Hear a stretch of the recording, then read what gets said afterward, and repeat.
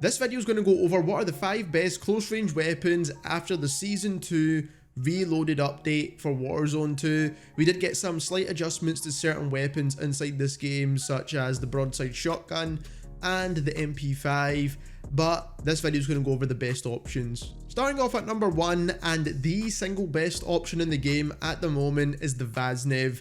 For an aggressive SMG, it doesn't have the super best TTK in the game, but it's definitely a solid choice, and it does control recoil well at those kind of medium ranges as well. So overall, it's just a very good weapon to use.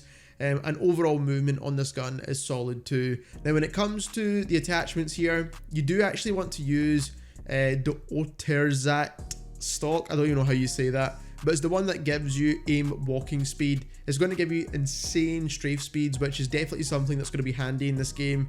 It's something that I've not really attempted to use until recently, to be honest, and it is definitely a viable and solid choice. When it comes to tuning, you see that on screen just now. Feel free to screenshot at any point in time, and this is definitely probably the best stock for this gun. 45 round mags, an absolute must. OLE laser for the aim down sight speed and aiming stability. You can also go for a hipfire laser if you really wanted to, but personally I just like to have the fastest possible aim down sight time. I don't tend to hipfire too much in this game because the hipfire accuracy isn't great. Now when it comes to the tuning on this laser, you'll see that on screen as well. Then we are using the AVR compensator for the horizontal and vertical recoil control, and this is the best one at controlling recoil for the gun. You do get the attachment tuning on screen as well at the moment. Now if you do want a suppressor, the best suppressor to always go for is the Black Kite if it is available for your favorite SMG. This is the one that you should be using because it helps with recoil control and bullet velocity. If you do want to remove an attachment, actually this is the one that you could remove and put a barrel or a rear grip if you prefer. And then we are using the lock grip under barrel once again because it is the best under barrel grip in the game. And then attachment tuning is what you're seeing on screen at the moment. Next up, quite surprisingly, is the Broadside shotgun once again. Now even though it got a couple of different nerfs, it's still a solid choice. So it seems like they haven't nerfed this gun enough with this recent update. Now with the build, you do want to use the same attachment, so dash bolt for the faster fire rate, stockless mod so you get the better movement speed, and you get hipfire accuracy as well.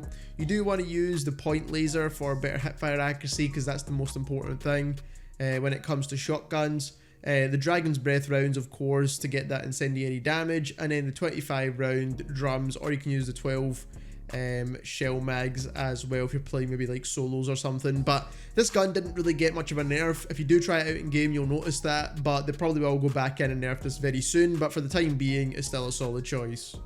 Next up, we've got the Lockman sub, or the MP5. This gun did get a nerf to its overall movement speed, and I don't really know why, but it did get a recoil buff, so it's just kind of a bit of a weird buff that this gun got. But when it comes to the build, I prefer using the stockless mod, especially now since we've got a nerf to movement. I think this is an absolute must on this gun.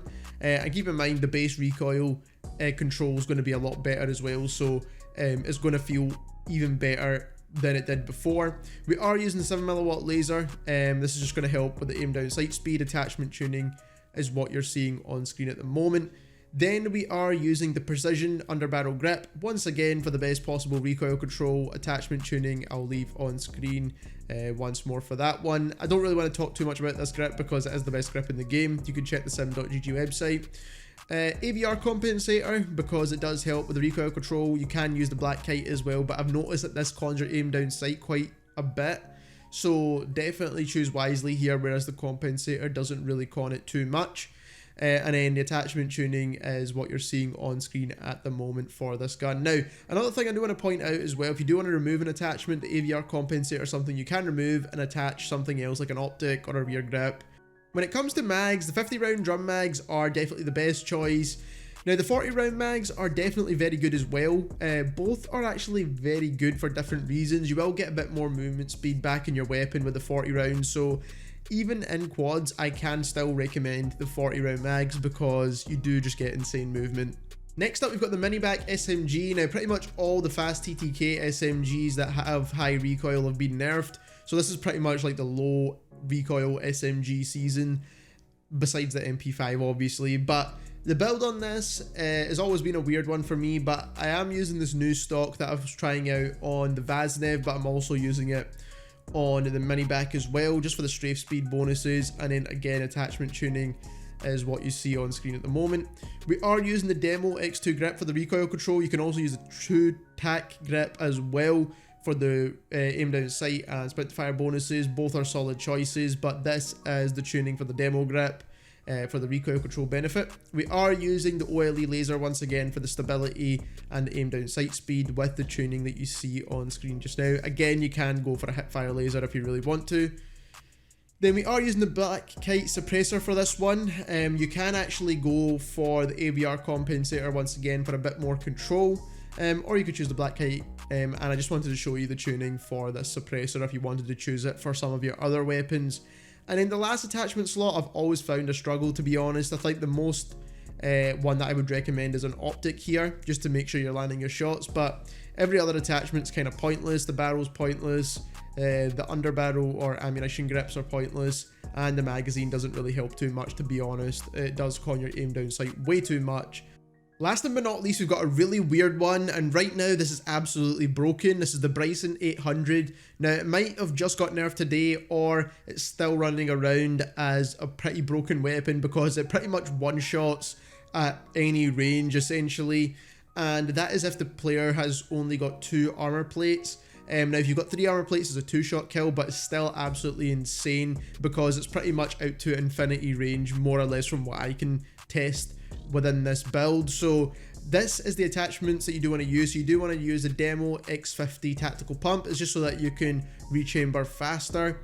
You do want to use the 7mW laser, or you can choose the hip fire lasers, but you should be aiming down sight with this build. I know it sounds really weird, but it's kind of going to allow you to get those 2 shots and 1 shots a lot easier when you ADS, so that's why I'm choosing the laser to help with the aim down sight. We are using the rifled barrel, which gives you the best possible damage range, and again, this is going to extend out that 1-shot potential as far as possible. Basically, this is like a sniper, essentially. It's kind of weird. Now, for suppressor, we are using the Schweigen DX suppressor. Now, this is going to help with the damage range once more, boosting it out as far as possible. And then we are getting other benefits as well, like bullet velocity. We're using the slug rounds, which is basically the main thing we need to use here to get that 1-shot or 2-shot kill. And basically this is what makes this gun absolutely broken at the moment. And what you can do with this build is take off the laser and put on like a long range optic and use this as a sniper rifle. So those are the 5 best close range weapons. If you enjoyed this video, don't forget to subscribe, and thank you very much for watching.